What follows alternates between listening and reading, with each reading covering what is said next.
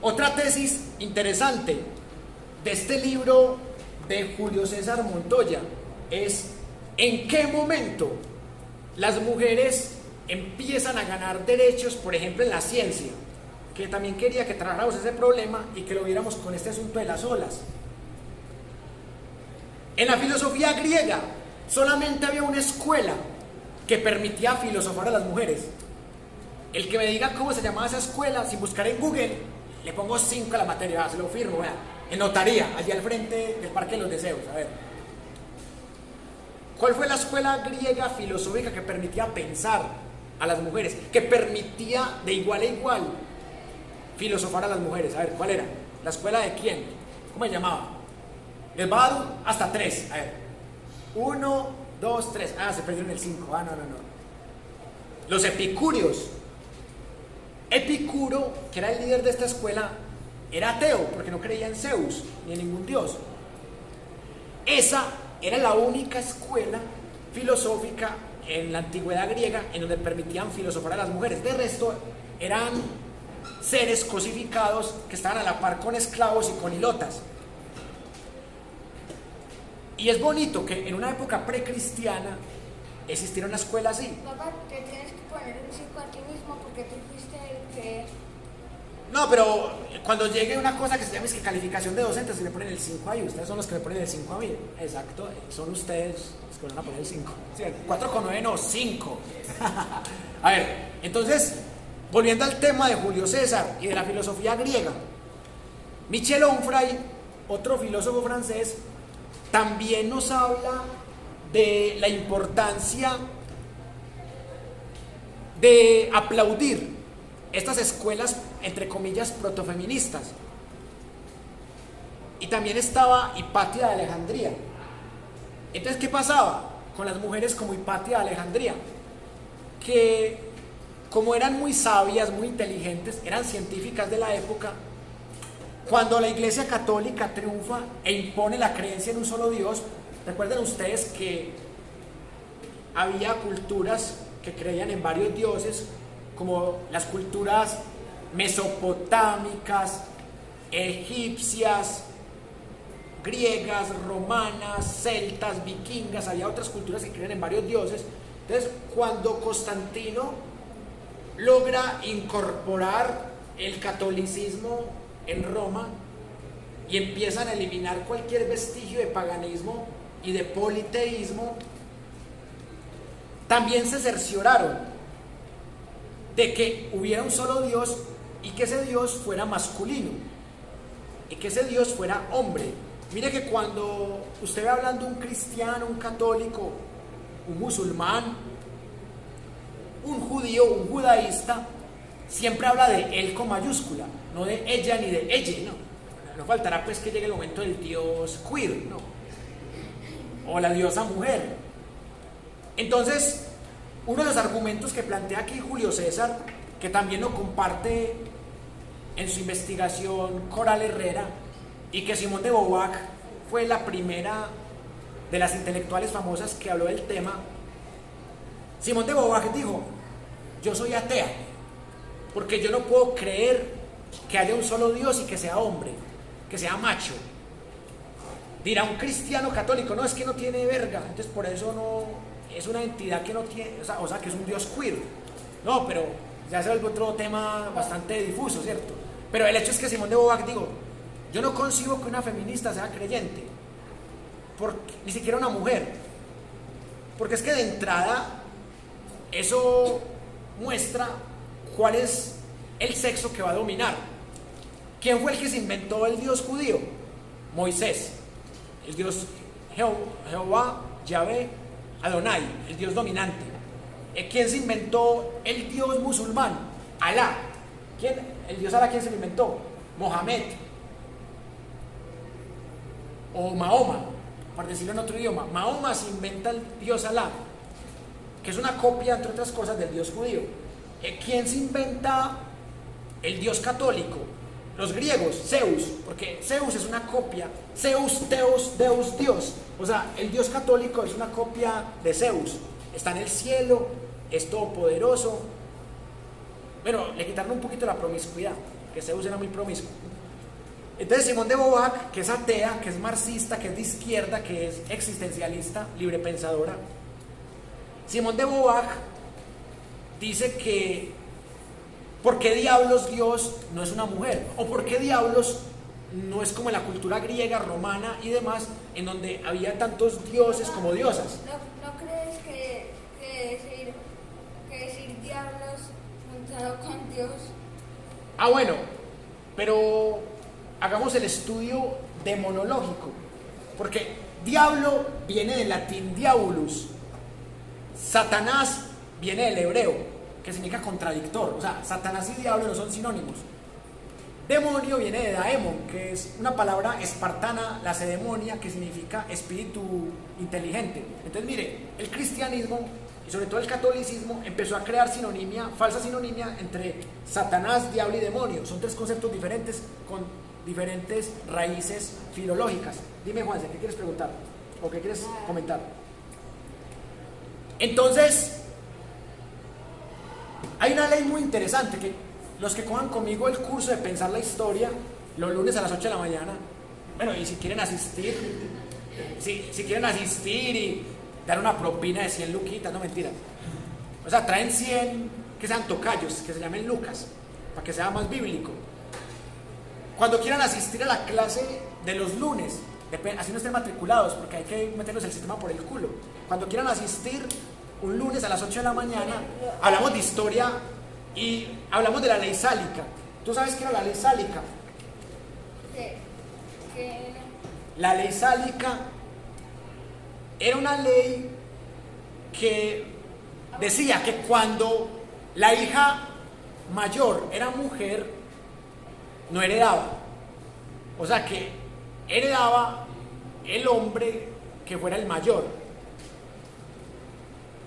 Entonces, la ley sálica fue la que sometió bastante a la mujer. Y las mujeres que eran científicas o alquimistas de la época de la Edad Media las llamaban brujas. ¿Y saben en qué libro se inventaron el concepto de brujas? En el Maleus Maleficarum, dos católicos. Así como el primer protofeminista fue católico, Paul de la Barre, que ahorita lo hablamos al inicio de la clase, también los primeros, entre comillas, satanizadores de las mujeres fueron dos monjes que escribieron el Maleus Maleficarum. Y allí toda mujer que fuera sabia, alquimista, científica, decían que era hechicera, que era bruja y la hacían quemar. Y tanto los católicos como los protestantes quemaron mujeres. Entonces empiezan a pelear, que no, que es que los británicos quemaron más. No, mentiras, quemaron más los católicos. Es que ¿qué importa quién quemó más? El hecho es que quemaban a las mujeres por ser científicas. Entonces, Julio César Montoya le hace un homenaje muy bonito a todas las mujeres que han podido ganar premios en la ciencia, a pesar de que la ciencia ha sido androcéntrica. ¿Qué significa andro? Hombre. O sea, el hombre, el macho, ha sido el centro de la filosofía y de la ciencia, de la educación. Y las mujeres, a pesar de eso, han hecho cosas a veces mejores que las que han hecho los hombres en la historia.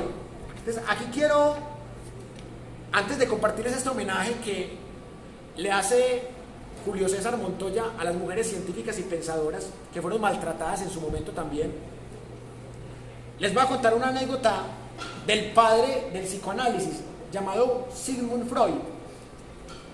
Sigmund Freud tenía una estudiante, una investigadora que era supremamente genial.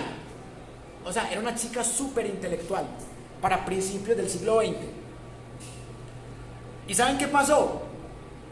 Que ella fue la que descubrió una enfermedad mental que se llama la esquizofrenia. Papi, préstame un momentico, que no te lo presto. Entonces ella tenía todos los méritos intelectuales. Pero ¿saben qué hicieron en esa época? La investigación de esquizofrenia que hizo esta muchacha la marcaron con la autoría de Sigmund Freud. ¿Saben por qué? Porque estamos hablando de Europa, principios del siglo XX, porque en esa Europa una mujer no tenía la reputación suficiente como para que creyeran que ella podía ser científica. Entonces por eso las investigaciones de Sabrina, Freud se las robó. Con la excusa, para que me tumbas ahí los celulares, con la excusa de que era mujer. Otro ejemplo, George Sand. ¿Qué significa George en español? Jorge. Era una mujer que se llamaba Jorge. ¿Por qué? Porque era la única forma que la leían. George Sand era una mujer, pero tenía que titular sus libros en el siglo XIX con el seudónimo George para poder que tuviera credibilidad su obra y la dejaran publicar. ¿Qué dices, compañera?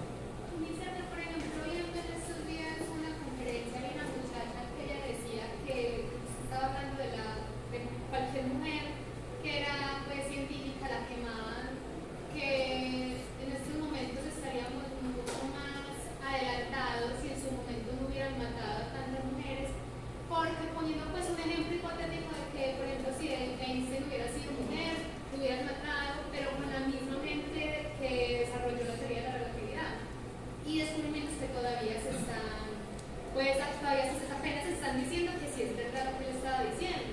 Entonces que en estos momentos podríamos estar todavía más adelantados tecnológicamente o pues en muchos sentidos si en su momento no hubieran matado a tantas mujeres que posiblemente hubieran tenido unas mentes muy brillantes. Claro, es un argumento contrafactual y supuestamente en la historia los argumentos contrafactuales son inválidos, pero también existe la teoría de la probabilidad.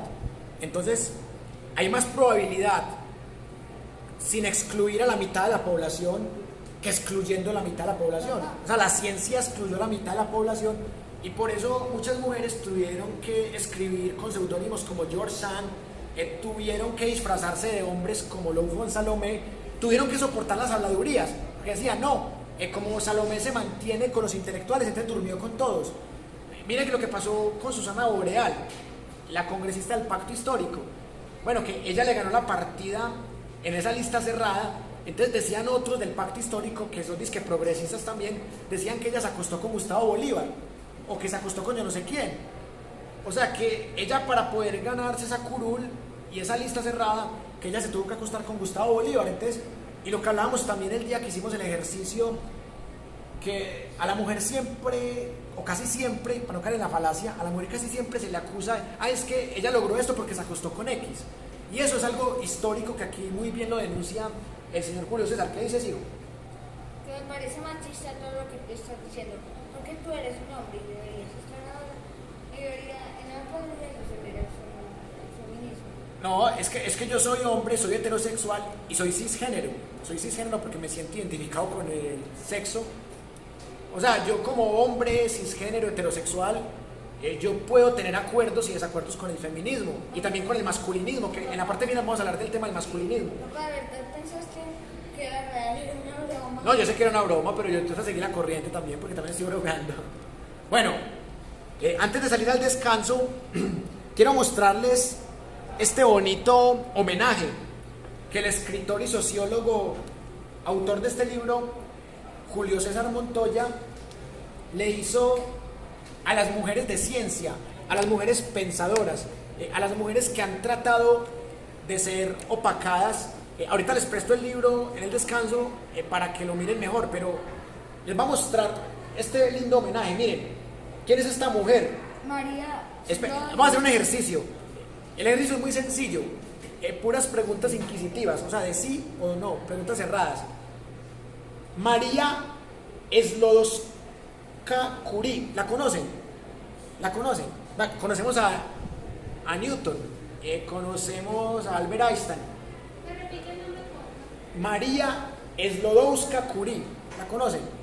La de la radiación, ya tiene que ver con la radiación, creo. Ella tiene 2 premios Nobel. Ella tiene premio Nobel en física 1903 y premio Nobel en química 1911. Exacto. Pero ¿a quién conocen más? ¿A esta señora o a Albert Einstein? Ajá. Bueno. Bueno, otro ejemplo. Miren esta señora. Rita Levi Montalcini. ¿La conocen? ¿La han escuchado mencionar? no la conoce casi nadie, ¿cierto? ¿Por qué? Porque es mujer. Ella es Premio Nobel de Medicina de 1986. Entonces miren ustedes esa gran cantidad de... Les voy a poner otro ejemplo bien interesante. Por ejemplo, esta mujer, Aung San Suu Kyi. ¿La conocen? Papá, si estás mencionando bien los nombres. Sí, Aung San Suu Kyi. Ella es Eso de... lo puedo leer yo. Ella tiene un premio Nobel de la Paz. No, pero yo quiero saber si usted la conoce. ¿La conocen? Ella es un premio Nobel de la Paz, ¿de qué año? De 1939. Casi nadie la conoce. Miren esta otra señora, miren. Wangari Maathai. Papi, siéntate ahí para que no me estorbe la visión, eso. Bueno, esta señora la conocen. Se llama Wangari Maathai, del 2004. Casi nadie la conoce. Es una activista y ecologista keniana. Y ella es vicepresidente del medio ambiente en su país. Otra cosa curiosa. La palabra presidenta, la palabra vicepresidenta no existe. Así como no existe la palabra cantanta. Cuando uno dice vicepresidente y uno quiere establecer el género, uno dice la vicepresidente. Porque he visto muchas veces ese error gramatical. Que dicen es que la vicepresidenta Francia Márquez.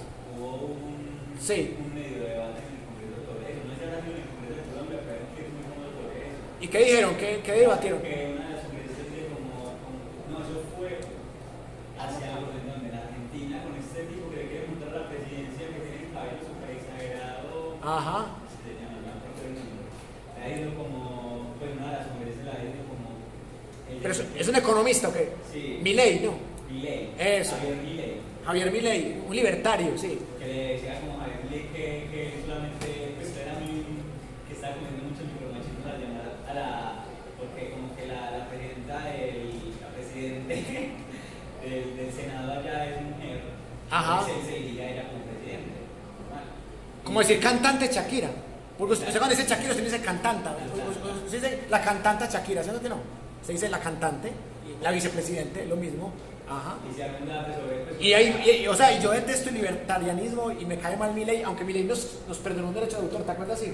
Ah, sí. Hace como 2 años, Milei nos perdonó un derecho de autor, por eso ya no me cae tan mal, pero ahí tiene la razón Milei, gramaticalmente tiene la razón Milei, y esa no es Milei, es la ley de la lengua, no es Milei. Va, entonces, miren esta otra Espérate. persona, sí, Papá, y mira que aparte de ser mujer, también es afro.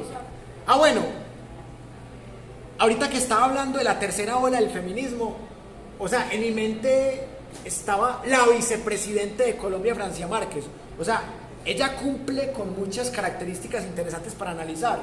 Porque miren, ella es de cuna pobre. Ella fue ama de casa, madre soltera, empleada doméstica. Entonces, una persona que es, mire, pobre, mujer, afro, empleada doméstica, o sea, tiene todos los temas de clase, de raza, de género. Llegar a la vicepresidencia es interesante, ¿sí o no? Pero eso fue pues, bastante bien hecho para la campaña de Petro, porque literalmente tenía una división muy grande pues, al frente de los votantes con el tema del ingeniero Salvador Fernández, pero mucha gente se eliminó la votación pues, por el tema de Francia. Claro, es que Francia, ahí usted la ve, Francia mueve por ahí 1 millón de votos. Imagínense que a Petro le quiten 1 millón y que se vayan para Rodolfo, gana Rodolfo. O sea, es que la que marcó la diferencia fue el público feminista, ambientalista y afrodescendiente que atrajo Francia. Porque recuerden que al principio Francia estaba por su lado y que en el pacto histórico Petro le ganó esa posición a Francia y quedó Francia como la vicepresidente por votación. O sea, no fue que porque, ay, no, es que esta es la afro, esta es la mujer, esta es la líder social, no. Entre otras cosas, la palabra lideresa es válida, pero la palabra líder para mujer también es válida. La palabra poetisa es válida, o la palabra poeta también es válida, pero no existe la palabra poeto. Entonces, ahí desde el masculinismo tenemos que hacer una protesta. ¿Cómo así que no existe la palabra poeto? ¿Sí? Nos están tumbando los masculinistas, ¿sí o no? ¿Qué dices, Juanse? Qué risa. Aunque Sí,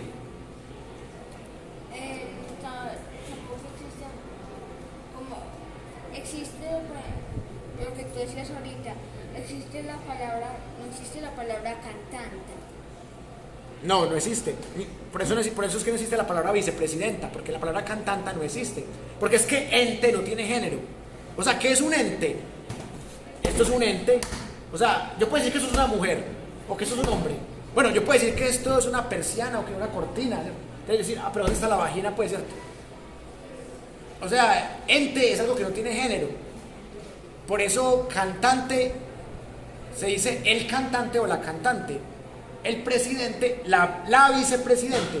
Pero en la época de López Miquelsen, para atrás eran tan machistas que decían, cuando alguien era de una compañía, porque en esa época ni siquiera podía haber mujeres tan alto cargo, decían el vicepresidente María yo no sé qué, o sea, mantenían hasta el artículo determinante, ahí sí era ya demasiado machista también. ¿Qué dices tú, Juanse? Pero por cierto, no existe ni la palabra profesional ni profesional. Pero es que profesional es algo que termina en A, o sea que es femenino, o sea, desde el masculinismo deberíamos hacer una huelga de hambre para que exista la palabra profesional, para que nos incluyan a los hombres, y también una para que incluyan a los trans, profesional, ¿sí o no? Vamos a protestar, ven. Huelga de hambre el próximo viernes para que hayan dos nuevas palabras, o sea, ¿cómo así que profesional? Tiene que haber profesional y profesional. Bueno, Gabriela Mistral, ¿la conocen? No, yo no conozco. Mire, es premio Nobel de Literatura del 45. No conocen a Gabriela Mistral. Mire, esta señora, Nadine Gordimer, ¿la conocen? El premio Nobel de Literatura del 91. Tampoco la conocen. Mire, esta señora, Elinor Armstrong, primera mujer en ganar premio Nobel de Economía, año 2009. Miren, que es que las mujeres tienen menos prensa. Esta sí la conocen, pues, si no los descomulga la Iglesia Católica, vea. No. Sor Juana Inés de la Cruz, ¿la conocen? Escritora, monja rebelde mexicana. Yo soy católico, les voy a poner un 0 a todos. Bueno, pero si es católico no puede ser feminista. Isabel I de Castilla, la llamada esposa de Fernando VII. Bueno, esta mujer sí me parece que no merece estar aquí. Aquí sí critico a Julio César. Esta mujer no tiene por qué estar ahí. Bueno, Florence Nightingale. Ella fue creadora de la Cruz Roja Internacional. Bonito homenaje. Esta sí la deben haber escuchado mencionar. Virginia Woolf, novelista, ensayista, crítica británica. Y también fue gran luchadora por los derechos civiles. Helen Keller, ¿la conocen? Escritora y educadora que era sorda y ciega. Y esta la famosísima Simone de Beauvoir, que está polémica, ya la hemos debatido. Esas son las mujeres que homenajea. ¿Sabes qué? Creo que Julio César le faltó un par de colombianas. O sea, ahí sí fue antipatriota. Le faltó Betsabé Espinal y María Cano, faltaron esas dos. No, también falta. Y bueno, Policarpa Salabarrieta seguramente, pero... Y también que faltó. Sí. Jaime Sofía Zuleta Gómez. Ah, bueno, pero es que cuando él escribió este libro ella no había nacido, porque este libro ya está viejito. Este libro, ¿sabes de qué año es? Es del junio del 2011, o sea, ni siquiera tú habías nacido. O sea, que si tú fueras mujer tampoco aparecerías aquí, porque faltaban 2 años para que tú nacieras cuando escribieron este libro. Ni siquiera tú habías nacido. Eso es machismo. No es machismo, es realismo. Vea, hemos llegado al momento de las conclusiones para que salgamos al descanso.